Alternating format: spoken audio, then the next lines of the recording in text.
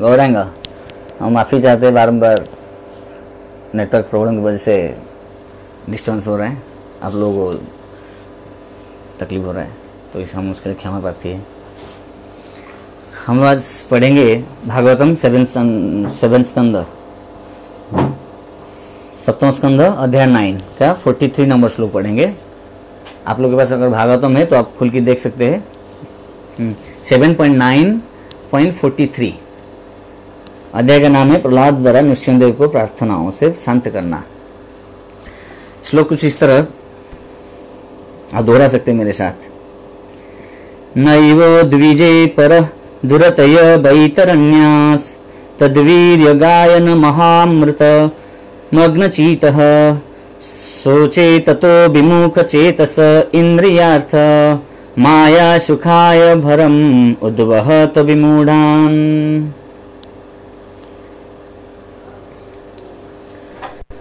अनुवाद बाय श्रील प्रभुपाद की जय। हे श्रेष्ठ महापुरुष, मैं भौतिक जगत से तनिक भी भयभीत नहीं हूँ, क्योंकि मैं जहाँ कहीं भी रहता हूँ आपके यश तथा कार्यकलाप के विचारों में पूरी तरह लीन रहता हूँ। मैं एकमात्र उन मूर्खों तथा धूर्तों के लिए चिंतित हूँ जो भौतिक सुख के लिए तथा अपने परिवार, समाज तथा देश के पालन हेतु बड़ी बड़ी योजनाएं बनाते हैं। मैं उनके प्रति सहज भाव से प्रेम बस चिंतित हूँ। तात्पर्य बहुत लंबा है, आप लोग अगर आपके पास है तो पढ़ सकते हैं बाद में। ठीक है, मैं स्टार्ट करेंगे, क्योंकि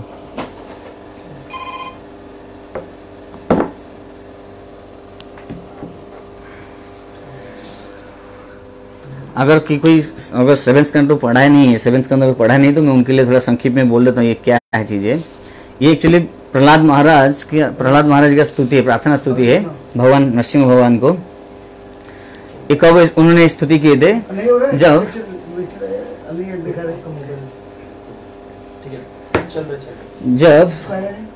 उनको प्रहलाद महाराज जब प्रकट हो, नरसिंह भगवान जब प्रकट हो गए और प्रहलाद महाराज हिरण्यकशिपु का बद्ध हो चुका है।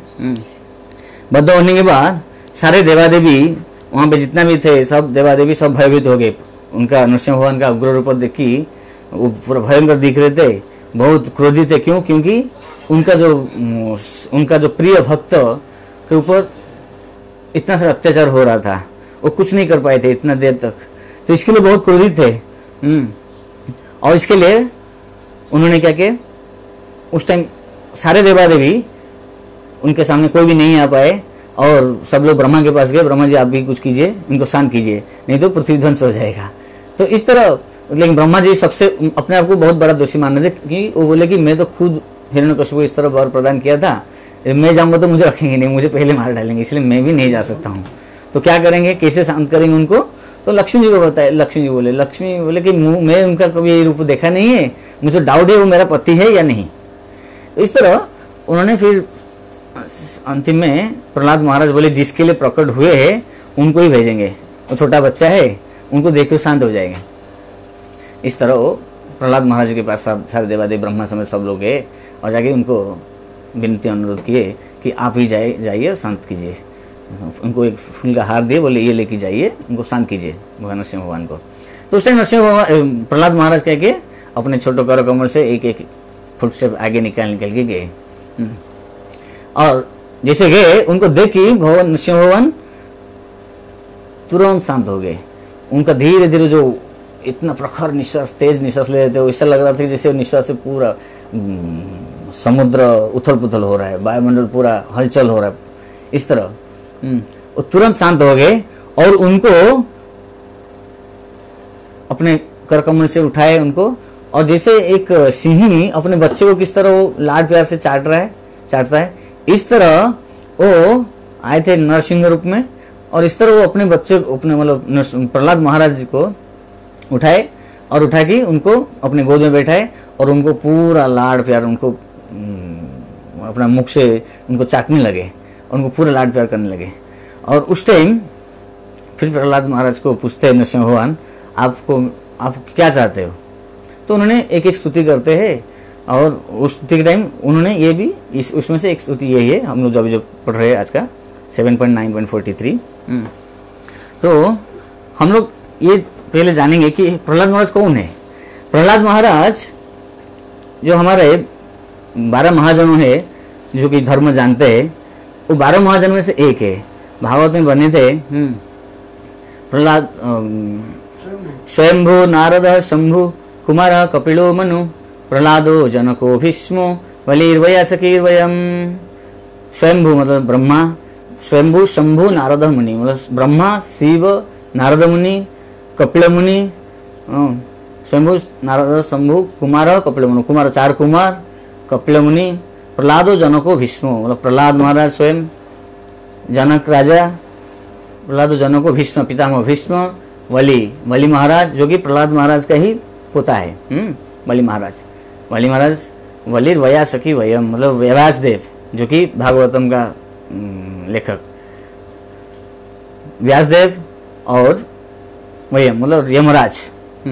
ये 12 जन जो है ना, ये महाजन जो कि धर्म को जानते हैं, भगवान द्वारा निर्धारित, भगवान का प्रतिनिधि है, धर्म का प्रतिनिधि है, भगवान द्वारा भगवान के द्वारा आप क्या बोलते हैं उसको, नियुक्त प्रतिनिधि है। वो 12 महाजन धर्म को जानते हैं। तो उनमें से एक है प्रहलाद महाराज। और प्रहलाद महाराज और कौन है? प्रहलाद महाराज एक श्रेष्ठ राजा थे, परम विभूति मतलब एक शुद्ध भक्त थे, शुद्ध भक्त थे और अपना और एक शुद्ध भक्त का पितामह भी थे। पिता मतलब समझो ना, मतलब परदादा दादा, मतलब पापा के पापा थे बलि महाराज। वो भी एक शुद्ध भक्त थे। बलि महाराज जो है प्रहलाद महाराज जी का पुता है, ठीक है। तो इस तरह, और ये कैसे शुद्ध भक्त बने? वो बचपन से भक्त थे। कैसे भक्त बने हम लोग थोड़ा उनके बारे में संक्षेप में जानेंगे।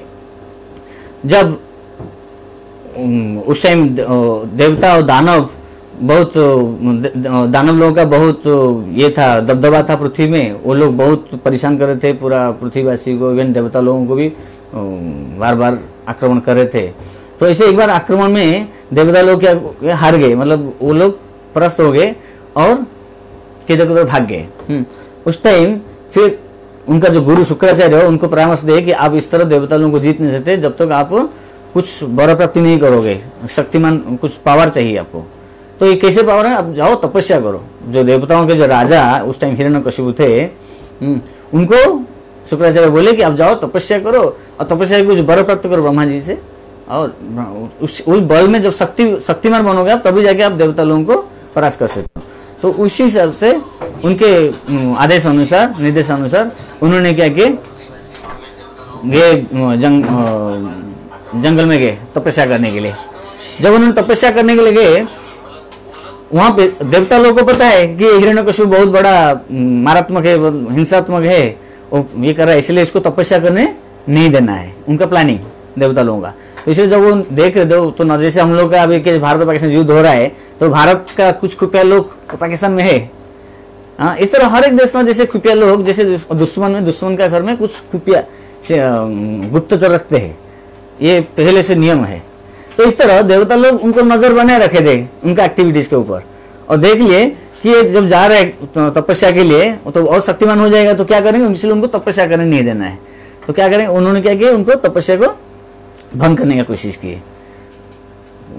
किसी और किसको ये किए, नियुक्त किए, उसने क्या किया, तोता रूप में वहां पे नारायण नारायण नारायण नारायण विष्णु विष्णु नाम पुकारने लगा।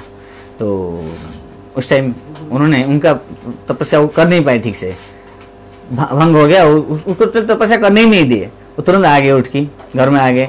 उनका जो धर्मपत्नी के कौन, कयाधु महारानी, ठीक है, उन्होंने पूछे क्या हुआ, क्यों आ गए, कब तपस्या करने से क्या हुआ? ना ऐसा मुझे बाधा सृष्टि हुआ, ना क्या बाधा हुआ, ना अरे मेरा जो दुश्मन है विष्णु का कोई है, वो भक्त कोई है, वो विष्णु विष्णु विष्णु नाम बार बार नाम लेता है। क्या ले रहा था ना विष्णु, क्या ले रहा था ना विष्णु। वो तो वो जो कयाधु जो थे वो भी परम भक्त थे, मतलब भक्त थे, वो भी जन श्रेष्ठ भक्त थे। तो इसीलिए उनको ये नाम सुन के बहुत अत्यंत प्रसन्न हुआ, बोला अच्छा हुआ आपने विष्णु का नाम सुना, विष्णु का नाम मुख में लिया, ठीक है। तो इस तरह उन्होंने बार बार उनको पूछ रहे थे क्या हुआ, कौन था वहां पे, कौन क्या बोल रहा था, इस तरह बार बार वो चाहते थे कि कैसे उनका जो पतिदेव हिरण्यकशिपु विष्णु का नाम ले मुख में। इस तरह वो बार बार उनका मुख से विष्णु नाम बुला रहे थे। और उस टाइम उन्होंने देखा कि हमें ये आज का जो दिन है बहुत शुभ दिन है, मेरे पतिदेव जो है इतना बार भगवान विष्णु का नाम लिए है, तो आज का दिन जो है हमें कुछ अच्छा काम करना चाहिए। तो हमारा जो भविष्य मतलब उत्तराधिकारी कुछ पुत्र संतान निकले गर्भ संस्करण करना चाहिए। इस तरह गर्भ संस्करण नियम रहता है, जो आजकल तो किसी भी बस इंद्र सुख के लिए भोग करते करते बच्चा हो जाता है, अच्छा कोई नियम नहीं है। कुत्ता बिल्ली पशु जानवर की तरह जानवर भी ऐसे ही है, वो इंद्र सुख के लिए काम लालसा में काम करते रहते वो सब बच्चा पैदा होते हैं, जो कि अवांछित बोलते हैं। अवांछित मतलब कोई इच्छा नहीं रहता, फिर भी हो जाता, तो क्या करें, हो गया रख लो। या भी जिसको आज इतना पापी लोग हो गए दुनिया में, जिसको नहीं चाहिए वो लोग अबॉर्शन करके निकाल देते हैं, इस तरह भ्रूण हत्या करते हैं। बट पहले ऐसा नहीं है, पहले उसका शुभ मुहूर्त, शुभ वेला, शुभ नक्षत्र देखिए गर्भ संस्कार पद्धति करते थे, ठीक है। तो वो दिन एक शुभ था। कैदू उन्होंने मन में सोचा कि आज बहुत ही बढ़िया दिन है, जो कि मेरे पतिदेव भगवान विष्णु का नाम इतना बार उच्चारण किए मुख में और इतना बार सुने उन्होंने, इसलिए आज का दिन जो है कुछ ऐसा अच्छा कर्म करना चाहिए। तो उन्होंने उस दिन गर्भ संस्कार करने के लिए सोचा और उन्होंने उस दिन उनको आमंत्रित किया इस तरह के, और उसी दिन प्रहलाद महाराज का विद्या स्थापित हुआ। और ये एक रीजन है। और दूसरा एक रीजन है, जब उन्होंने इस तरह फिर से नेक्स्ट कुछ दिन के बाद जब उन्होंने तपस्या करने गए जंगल में, और देवता लोग तो नजर रख रहे थे इनके ऊपर, तो कैदू रानी को उन्होंने क्या किया, उनको महारानी को उठा के ले लिए। इंद्र जो है ना, इंद्रदेव और कुछ देवताओं के साथ कैदू को उठा के ले लिए। कौन? प्रहलाद महाराज का माता, उनको ले लिए क्या ना। और जो बच्चा जो मतलब जो भी आने वाले जो संतान होगा इसमें, क्योंकि राक्षस है, उस राक्षस का और से जो संतान होगा वो भी उनके उससे और भयंकर राक्षस पैदा होगा, वो और उत्पात मचाएगा, इसलिए उनको वो जैसे पैदा होगा उसको हम लोग हत्या कर देंगे इस तरह। लेकिन वो भ्रूण हत्या का नहीं सोचे। देखो आज का जमाना और उस जमाने वो टाइम भी ऐसे कुछ थे, लेकिन वो भ्रूण हत्या नहीं करते थे।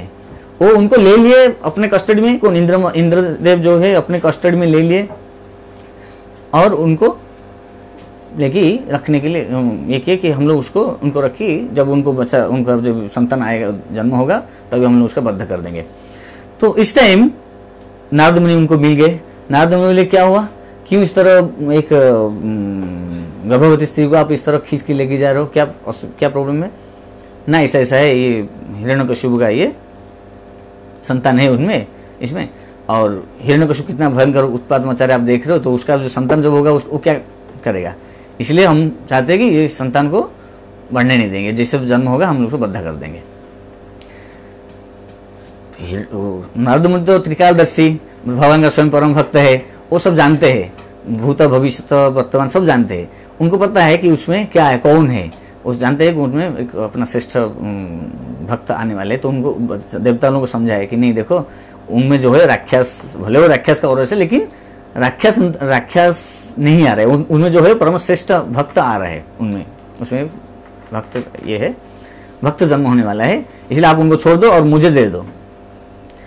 देवता लोग का जो देवता लोग का गुरु भले बृहस्पति, लेकिन नारद मुनि जो है ना, नारद मुनि भी उसी लेवल में वो ये है, गुरु कैटेगरी में आते हैं, देवताओं का भी गुरु है नारद मुनि, इसलिए उनका जो बात कोई देवता काट नहीं पा रहे थे, और इसलिए उनका बात मानते थे और उनको रेस्पेक्ट भी करते थे। इसके लिए उन्होंने क्या किया, उनको दे दिया उनका कश्मीर, ठीक है। और उन्होंने तुरंत सिर्फ कैदू को दिए नहीं, समर्पण नहीं, अर्पण नहीं किए, बल्कि जो कैद घर में जो आने वाले जो भक्त है उसके लिए भी उन्होंने क्या किया, प्रणाम किए। क्यों?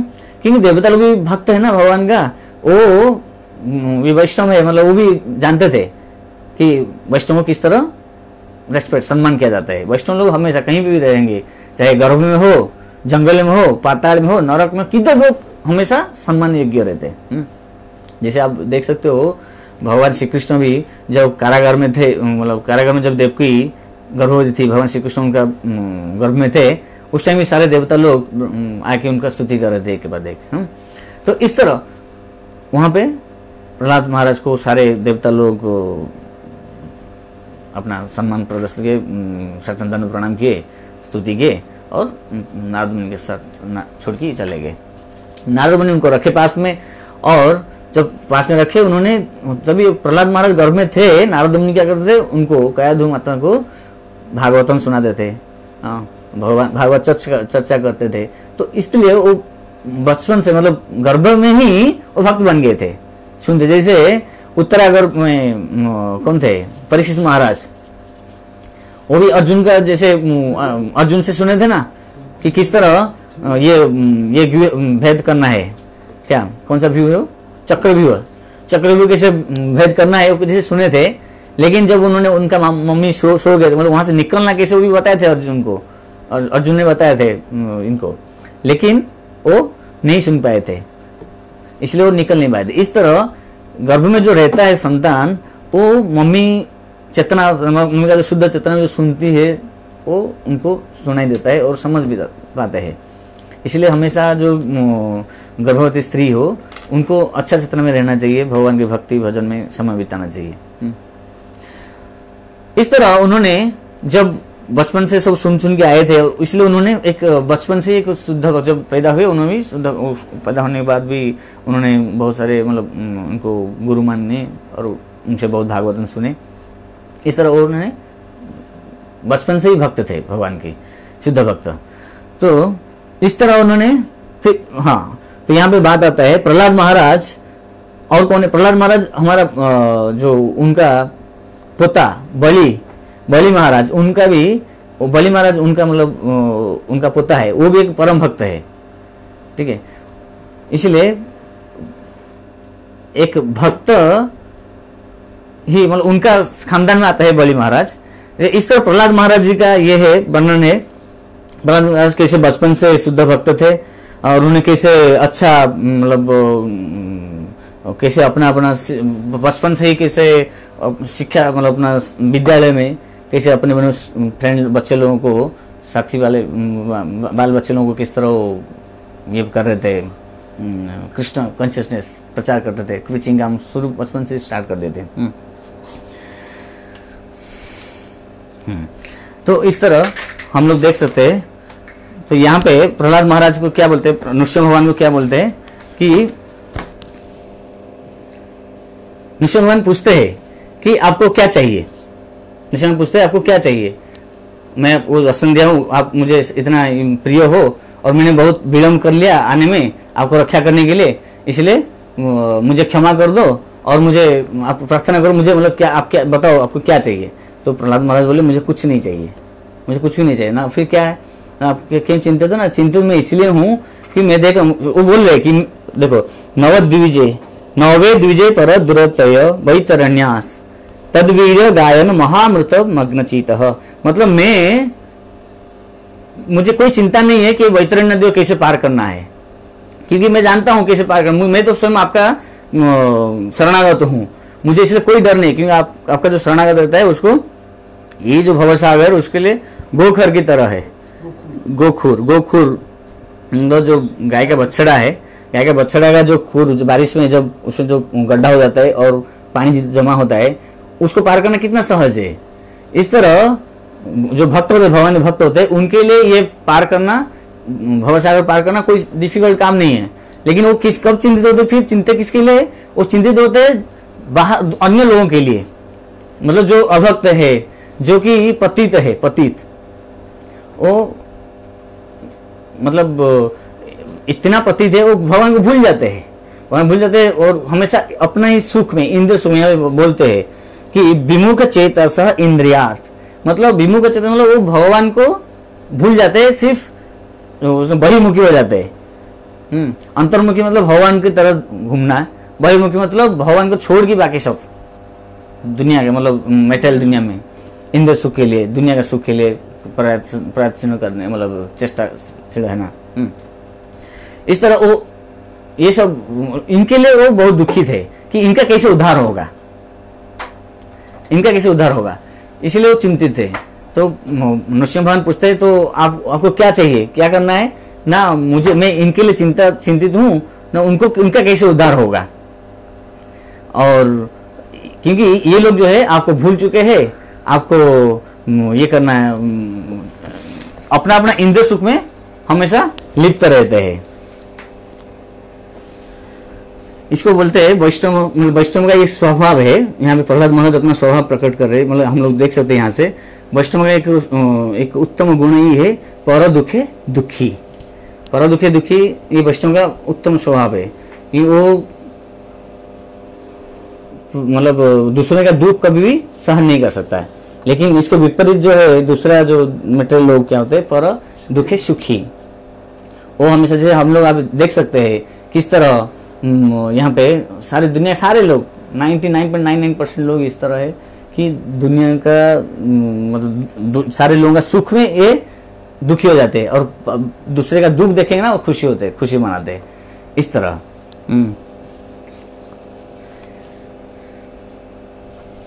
तो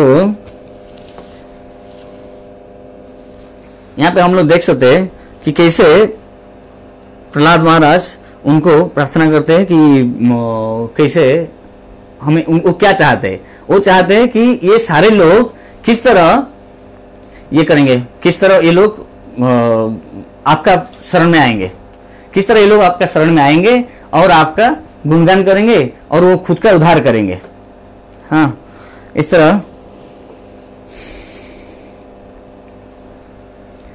यही डिफरेंस है। हम लोग देख सकते हैं कि भक्त और अभक्त के बीच में क्या डिफरेंस है। भक्त और अभक्त के बीच में यही डिफरेंस है। भक्त जो लोग होते हैं वो भगवान की गुणगान में हमेशा समय बिताते हैं, भगवान का जो डिवोशनल सर्विस होता है, भक्तिमय सेवा, हमेशा भगवान की सेवा में नियुक्त रहते हैं। गीता पढ़ना, भागवतम पढ़ना, चैंटिंग करना और इस तरह मतलब भगवान की सेवा में पूरा ये समय बिताना, जिसकी वजह से वो ये जो भौतिक दुनिया का जो त्रिताप है ना उनको सता नहीं पाते, उनको वो प्रभावित नहीं होते भौतिक का त्रिताप से। अभी जैसे आ रहा है कोरोना अभी का जो करंट स्थिति है, कोरोना से ज्यादातर भयभीत कौन है? भक्त लोग इतना भयभीत नहीं है। हम लोग देखते हैं, हम लोग सुनते हैं, भले कुछ भक्त लोग हमारा बहुत जगह पे कोरोना से इन्फेक्टेड हो गए, लेकिन फिर भी वो भले मृत्युवरण किए या फिर उनका आसपास में लोग ये हुए, लेकिन वो बाहर लोग जैसे इतना भयभीत है, डरे हुए, वो इस तरह डरे नहीं, क्योंकि उनको पता है कि आज नहीं तो कल मरना है, क्योंकि ये शरीर जो है नश्वर है, स्थायी नहीं है, चिरस्थायी नहीं है। तो इसके लिए आज नहीं तो कल तो अपना शरीर परिवर्तन करना ही है, लेकिन इससे प्रभावित नहीं होते हैं।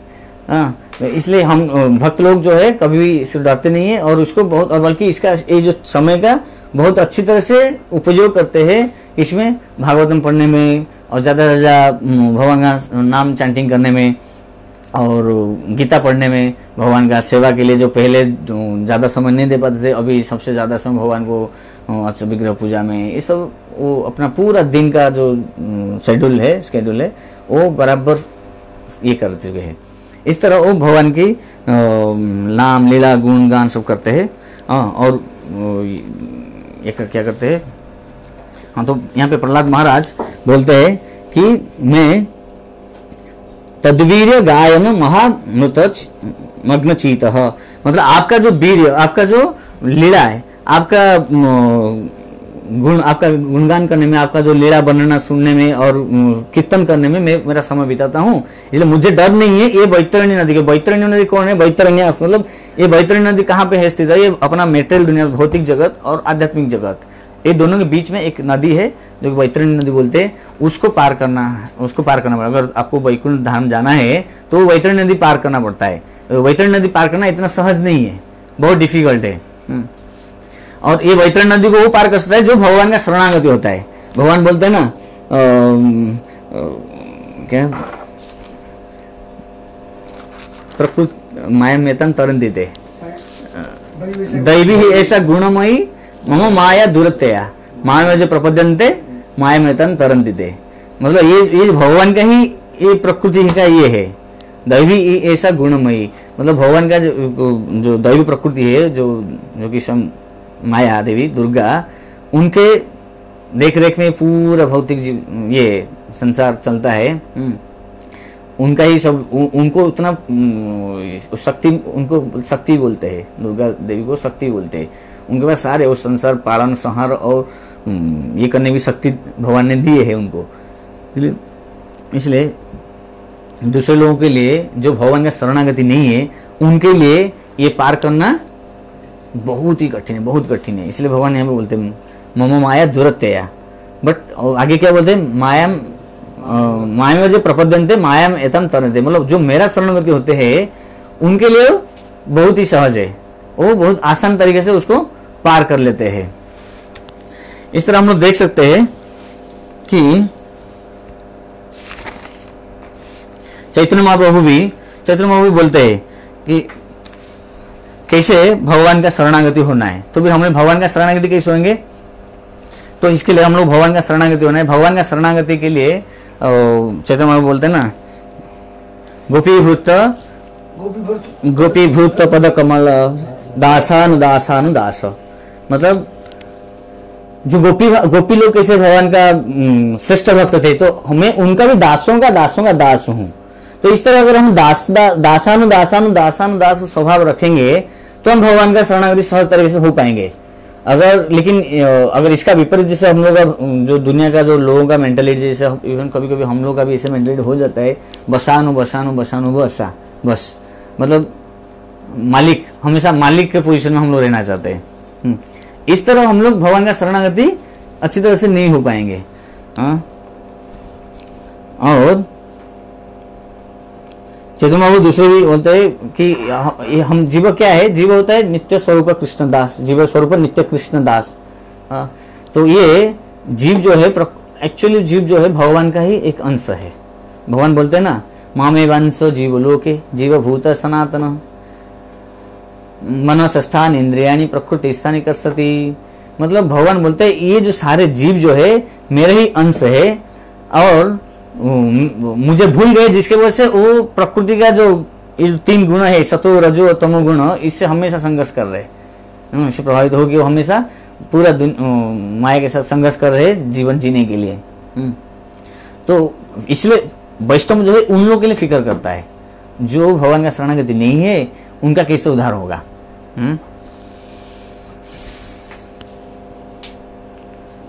हम लोग यहाँ पे देख सकते हैं कैसे जीव भगवान को भूल जाता है और अपने आप को क्या मानता है, दुनिया का मालिक।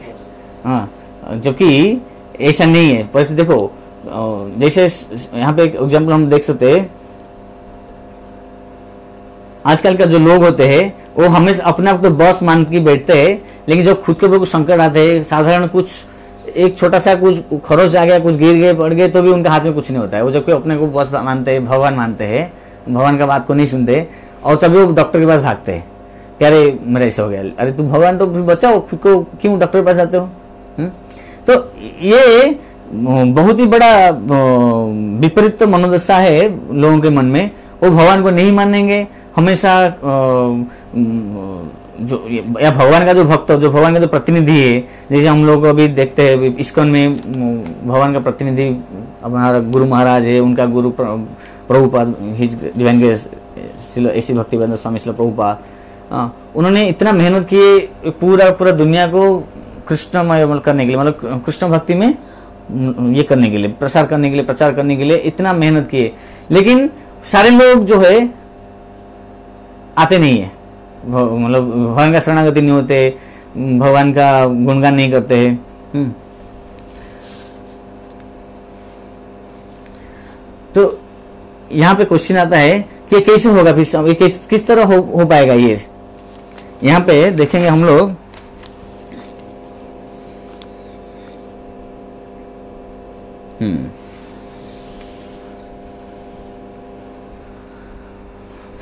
और एक जगह पे हम लोग देखते हैं कि युधिष्ठिर महाराज जब जाते हैं यमराज के पास, यमराज उनको पूछते हैं कि दुनिया में सबसे बड़ा आश्चर्यजनक चीज क्या है, दुनिया में सबसे बड़ा आश्चर्य वंडरफुल चीज क्या है। तो उन्होंने बोलते हैं कि दुनिया में सारे लोग देखते हैं, मतलब क्या बोलते हैं, हाँ, अहनी अहनी लोकानि गच्छन्ति यम मंदिरम शेष स्थितम इच्छन्ति किम आश्रयम अतः परम। मतलब एक के बाद एक, एक के बाद एक, एक के बाद एक लोग मरते जा रहे हैं। मतलब आप देख रहे, दुनिया के लोग देख रहे, उनका पिता गए, फिर उनका परदादा भी गए, तो उनका दादा गए थे, परदादा गए थे, सब एक के बाद एक मृत्यु हो रहे हैं। लेकिन वो सोचते हैं कि मैं बच जाऊंगा, मैं मरूंगा नहीं। ये जो है ना, मतलब वो देख रहे कि किस तरह एक के बाद एक मर रहे, लेकिन वो खुद को मानते हैं कि नहीं, ये किसका प्रभाव, ये माया का ही प्रभाव है। क्यों माया का प्रभाव, क्यों उनको इतना काम कर रहा है? क्योंकि वो भगवान का शरणागति नहीं है। भगवान बोलते हैं जो मेरा शरणागति नहीं होगा तो मेरा माया का प्रभाव में आएगा ही। तो इसलिए भगवान का शरणागति होना बहुत ही जरूरी है। तो भगवान का शरणागति हम लोग इससे डायरेक्ट नहीं हो पाएंगे, भगवान के भक्तों का शरणागति होंगे तो भगवान का शरणागति हो पाएंगे। तो भगवान का भक्तों का शरणागति होने के लिए हमें इस तरह शुद्ध भक्तों का, मतलब जैसे जो परंपरा, जो आचार्य, जो परंपरा में स्थित, जो हमारा जो 4 प्रकार परंपरा है, उसमें से कोई भी एक परंपरा को निकलना है। जो हमारा जो अभी उपलब्धि है इस्कन, ये माधव गौड़ीय परंपरा है, जिसमें स्वयं ब्रह्मा जी है, नारद मुनि है। इनका अगर हम लोग आचरण, श्री कृष्ण भगवान स्वयं चैतन्य महाप्रभु में आए हैं, यही परंपरा में है। तो हम लोग अगर यही परंपरा में अगर रहेंगे, इनका जो प्रतिनिधि है, जो हमारा पूर्वाचार्य उनका अगर नियमों को पालन करके हम लोग अगर शरणागति होंगे, तो हम लोग इसको अच्छी तरह से ये जो भवसागर पार कर सकते हैं और भगवान का शरणागति हो सकते हैं।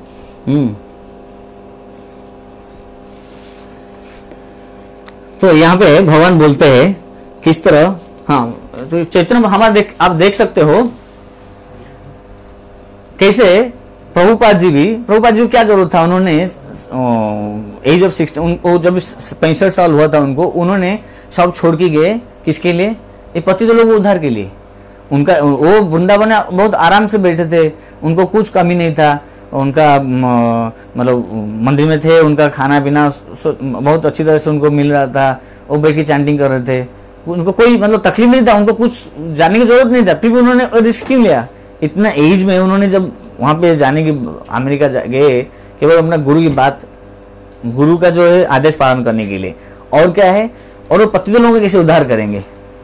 गुरु का आदेश था, गुरु का आदेश और पतित लोगों का कैसे उद्धार होगा, ये मुख्य इम्पोर्टेंट है। ये वैष्णवों का ये क्वालिटी है, किस तरह कृष्ण भावनामृत को प्रसार करना है। इसीलिए उन्होंने वो रिस्क उठाए। वो 65 साल में भी उन्होंने गए अमेरिका, वहाँ पे जाके बहुत कष्ट संभाले और वहाँ पे ये किए, प्रचार किए, उन्होंने बहुत ये क्या किए, स्प्रेड किए, मतलब बहुत मेहनत की, हाँ, बहुत उसका विस्तार के लिए बहुत कठिन तपस्या की उन्होंने। इस तरह कृष्ण, और हम लोग देख सकते हैं कि कैसे चैतन्य महाप्रभु भी किस तरह वो आए थे। चैतन्य महाप्रभु हमारा जो मतलब हमारा ही परंपरा में आते हैं, चैतन्य महाप्रभु, वो उनको 21 एज हुआ था, उनको नया शादी किए थे, और उनका जो धर्मपत्नी जो वो बहुत सुंदर है, विष्णुप्रिया, वो 16 साल के थे उन्होंने उस टाइम, 14 साल क्या 16 साल कुछ थे, बहुत सुंदर थे। और उनका माता जो है बूढ़ी माता, वो सिंगल थे, मतलब उनका पापा नहीं थे, मतलब उनका चैतन्य महाप्रभु पापा नहीं थे, फिर भी उन्होंने ये सब छोड़ के लोग संन्यास आश्रम ग्रहण किए। क्यों? क्योंकि पतित लोगों का उद्धार करना उनका मेन जो मोटो रहता है, पतित लोगों का कैसे उद्धार होगा। ये जो वैष्णवों का जो क्वालिटी है, पतित मतलब जो बोलते ना, वैष्णव ठाकुर आमी तो कुकुर, वैष्णव ठाकुर आमी तो कुकुर, जानिया बोली हो मोरे। हाँ, तो मैं जो हूँ आपका कुकुर हूँ, मतलब आपका दास हूँ, कुत्ता हूँ, और इसलिए मुझे आप हमेशा आपका आदेश पालन करना है। तो वैष्णवों का जो है ना, हम हमेशा मतलब उच्च जो श्रेष्ठ वैष्णव होते हैं, उनका आदेश को पालन करना है अच्छी तरह से। यही हमारा धर्म होता है, मतलब वैष्णव का एक क्वालिटी है, कैसे उनका दिखा हुए मार्गदर्शन में और उनका रास्ता में चलना है, किस तरह लोगों का उद्धार करना है, ये होता है। तो हम लोग यहाँ पे एक भजन गाएंगे,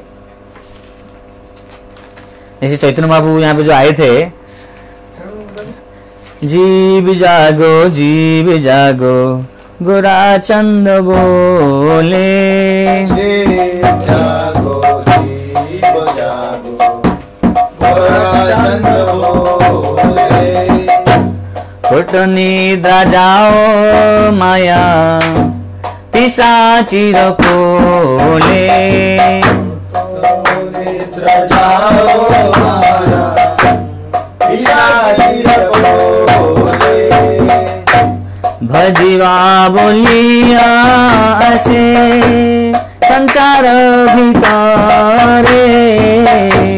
भजिवा बोलिया आसे संसार भितरे। भूलिया रहियो तुमी अविद्यार घरे। भूलिया रहियो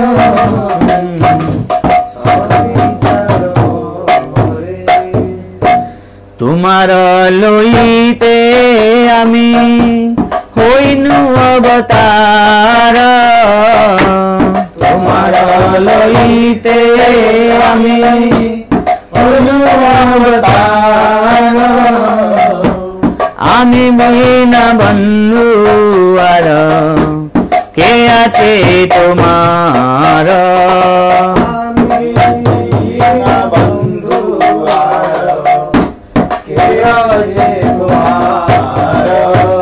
चैतन्य बोलते हैं कि कैसे उन्होंने दुनिया में आए थे किसके लिए? आप तुम्हारे लोहिता में हुई न अवतार। भगवान चैतन्य महाप्रभु श्री कृष्ण भगवान स्वयं चैतन्य महाप्रभु अवतार में आए थे इसलिए कि लोगों का उद्धार करने के लिए। ये बोल रहे कि तुम्हारे बिना आमी हुई न अवतार आमी बिना बंधारा के अच्छी तुम्हारा। फिर कैसे उद्धार होगा? फिर एनेची मैं क्या लेके आया हूँ? एनेची औषधि माया नासिवारो लागी। एनेची औषधि माया नासिवारो लागी। हरि नाम महामंत्र लो तुमी मागी। हरि नाम महामंत्र लो तुमी मागी। भक्ति विनोद प्रभु चरणे पड़िया। भक्ति विनोद प्रभु चरणे पड़िया। से हरि नाम मंत्र लैलो मागिया। हरि नाम मंत्र लैलो मागिया। देखो तो कैसे हम लोग को हरिनाम महामंत्र लेना है कि जो भक्ति विनोद प्रभु कैसे कोई हमारा जो वैष्णव परंपरा उनका चरण में जाके हमें समर्पण होना है, तभी जाके हम लोग को वो स्वीकार करेंगे भक्त के रूप में। तो हमारा शिष्य के रूप में स्वीकार करेंगे और शिष्य को स्वीकार करके हमें वो हरिनाम महामंत्र देंगे, तभी हम लोग को वो हरिनाम मिल पाएगा, तभी जाके हमारा उद्धार हो पाएगा। तो यहाँ पे चैतन्य महाप्रभु किस तरह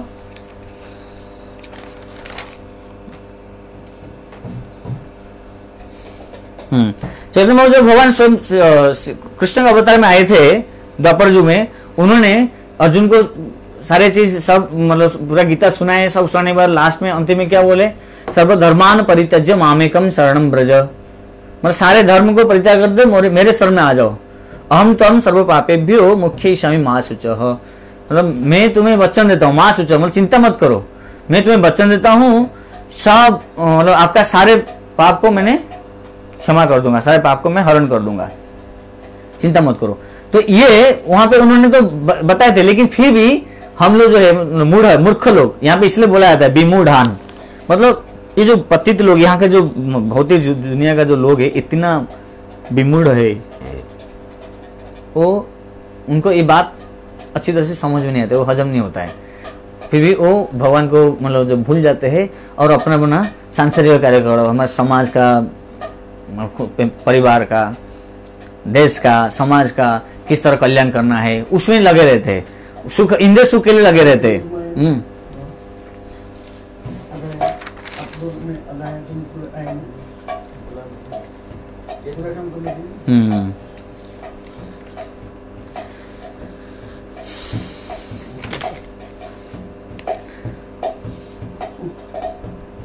तो इस तरह वो संसार की सुख में लगे थे। जैसे प्रभुपाद बोलते हैं यहाँ पे क्या है, विमूढ़ मतलब बी मतलब विशेष, मूढ़ मतलब मूर्ख, मूर्ख मतलब विशेष प्रकार के मूर्ख है हम लोग। तो हम लोग ये जो इन हमारे लिए विशेष औषधि ये है महामंत्र, हरे कृष्ण कृष्ण कृष्ण हरे हरे, हरे राम राम राम हरे हरे। तो हम लोग को ये महामंत्र जो है ग्रहण करना है गुरु परंपरा से। हमारा इस्कॉन चैतन्य महाप्रभु के मिशन में रह के। बोलो, टाइम नहीं हुआ। आप कुछ बोल रहे? टाइम नहीं हुआ।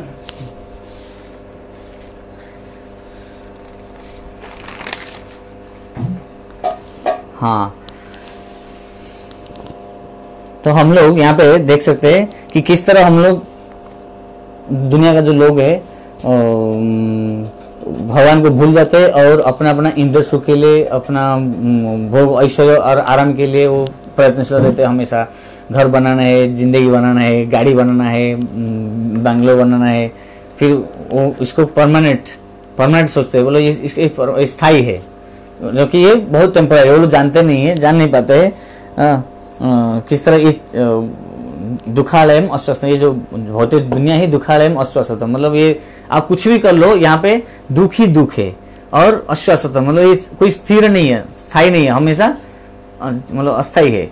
आज नहीं तो कल सब क्षय होने वाला ही है, फिर भी उसके पीछे इतना प्रयत्नशील कर रहे हैं। तो भगवान यहाँ पे बोलते हैं कि ये जो मूर्ख लोग ये भगवान का आदेश को नहीं पालन करते हैं। अवजानन्ति मामूढ़ा मानुषिम तनुमाश्रितम परम भावम अजानन्तो मम भूतम महेश्वरम। मतलब भगवान जब भी श्री कृष्ण रूप में आए थे, इवन चैतन्य महाप्रभु अवतार में भी आए थे, तभी सारे लोग उनको मतलब सरेंडर नहीं हो रहे थे। आप देख सकते हैं किस तरह बहुत लोग उनको भी भर्त्सना करते थे और फॉलो नहीं करते थे उनको। जैसे वहाँ पे आप जान सकते हो कि जगाई माधाई जैसे थे, वो तो ठीक है भगवान के भक्त थे, लेकिन उनके तरह और बहुत सारे लोग थे जो कि भगवान को स्वीकार नहीं करते थे। तो ये जो टीचिंग वार की जो हम लोग आज जो कर रहे हैं, या प्रभुपाद जी जो किए हैं, या फिर उनके जो परंपरा में रहेगी उनके साथ उनका जो संस्था में रहेगी, बाकी लोग भी जो हमारा जो गुरु महाराज लोग और गुरु लोग जो कर रहे हैं, ये आज का ही नहीं है। ये चैतन्य महाप्रभु कर रहे थे और उनके पहले प्रहलाद महाराज भी किए थे और नारद मुनि भी करते थे, अभी भी करते आ रहे हैं। मतलब ये हमारा ये वैष्णव का ड्यूटी है, वैष्णव का ये कर्तव्य है कि किस तरह पतित लोगों का उद्धार करना है। आप देख सकते हो कि जगह मध्य उस टाइम भी कैसे चैतन्य महाप्रभु जब थे, तब जब वो प्रचार प्रसार चलते वो कैसे अद्वैताचार्य और इनको नित्यानंद प्रभु जी को, हरिदास ठाकुर नित्यानंद प्रभु जी को भेजे कि जाओ आप प्रचार करो, हरिनाम प्रचार करो। तो उन्होंने तभी हम लोग जैसे अभी हम लोग जैसे बुक डिक्शनरी में बाहर जाते हैं, लोगों को हरिनाम प्रचार करते हैं, बोलते हैं भगवान के बारे में, इस तरह तभी वो ऐसे प्रचार करते थे। उस टाइम देखते थे उन लोगों को भी बहुत लोग मारते थे। जैसे आप देख सकते हो कि जगाई माधे किस तरह उनको इस तरह अटैक किए, आक्रमण किए, और वहाँ पे वो किस तरह घायल हो गए। फिर हरिदास ठाकुर तो मतलब भाग के आ गए, बट ये नित्यानंद प्रभु भी उनको पकड़ी रखे, बोले नहीं अब जाओ मत, अब हमारा ये चैलेंजिंग है। ये कैसे ना, हम लोग अगर इनको उद्धार कर देंगे तो हमारा काम सक्सेस है। अगर हम लोग इनके जैसे इनसे भी और बहुत पतित है, अगर हम लोग इनको उद्धार नहीं कर पाएंगे तो इनसे पतित को कैसे उद्धार करेंगे। जे हम यहाँ पे रुक के इनको उद्धार करना है। तो हम लोग जानते हैं कि चैतन्य चरितामृत में कैसे वर्णन है, किस तरह वो जगाई माधाई जो है बहुत बड़ा दुष्कर थे। उन्होंने किस तरह ये क्या शराब वाला बोतल में उनको आक्रमण किया नित्यानंद प्रभु जी को, और नित्यानंद प्रभु का खून बहने लगा। तो ये बात हम जब वो चैतन्य महाप्रभु सुने, जो चैतन्य महाप्रभु तुरंत अपना सुदर्शन चक्र को भेजे कि उनको रक्षा करने के लिए। तो तुरंत नित्यानंद प्रभु ने हाथ जोड़ के उनको ये किए, बोले देखो नहीं, आप जो है ये भी ये आपका महावदान्य अवतार है, आप इसमें अस्त्र मत उठाइए। अगर आप अस्त्र उठाते तो इसमें आपका जो दास हम है, हमारा भी इसमें ये है दोष है कि हम इतना समर्थ नहीं है उन लोगों को उद्धार कर पाने के लिए। तो इसके लिए हमें क्षमा कीजिए और आप अपना अस्त्र रिटर्न लीजिए। ये क्योंकि और माधाई जो है, जगाई माधाई नहीं क्या, हाँ ओके, जगाई ने या माधाई ने मुझे रक्षा किया, जगाई क्या इस अटैक से। इस तरह तो इसने जगाई था ना, क्या माधाई था, माधाई ने, हाँ। तो इसलिए माधाई को चैतन्य महाप्रभु ने उसको आलिंगन कर लिए कि तूने मेरे नित्यानंद को बचाया। तो उनको पूरा आलिंगन, उनको पूरा कृष्ण प्रेम पूरा प्रदान कर दिए। तो ये देखी जगाई जो है वो पूरा परिवर्तन हो गया। तो ये अब हम लोग देख सकते हैं कि किस तरह हम लोग यहाँ पे ये जो हम लोग आज जो कर रहे जो काम, ये बहुत ही, ये वैष्णव जो हमेशा भगवान का ही काम, भगवान का जो बोलते हैं ना, भगवान के लिए चिंतित है। ये भगवान का काम है, उसके लिए भगवान खुद ऐसे नहीं करेंगे, भगवान का जो प्रतिनिधि के हम लोग करेंगे तो भगवान बोलते हैं ना, हाँ। तो उनका कार्य को अगर हम लोग करेंगे तो भगवान हमारे ऊपर संतुष्ट होंगे।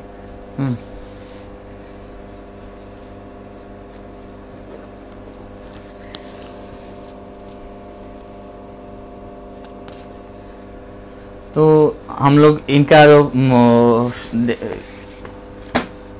प्रहलाद महाराज, नारद मुनि और हमारा जो गुरु परंपरा आचार्य लोगों का जो पद चिन्ह, पद कमल पे चलते हुए उनका जो आदेश को ये करना है, पालन करना है, पालन करके हम लोग कृष्ण भावना में पूरा ये करना है, लिप्त रहना है। कल नरसिंह चतुर्दशी इवनिंग, कल 12 बजे स्पेशल कथा है नरसिंह भगवान के ऊपर। कल नरसिंह चतुर्दशी, पूरा दिन भर फास्टिंग है, शाम तक पूरा फास्टिंग है। और कल 12 बजे प्रभु जी का कथा रहेगा, नरसिंह कथा।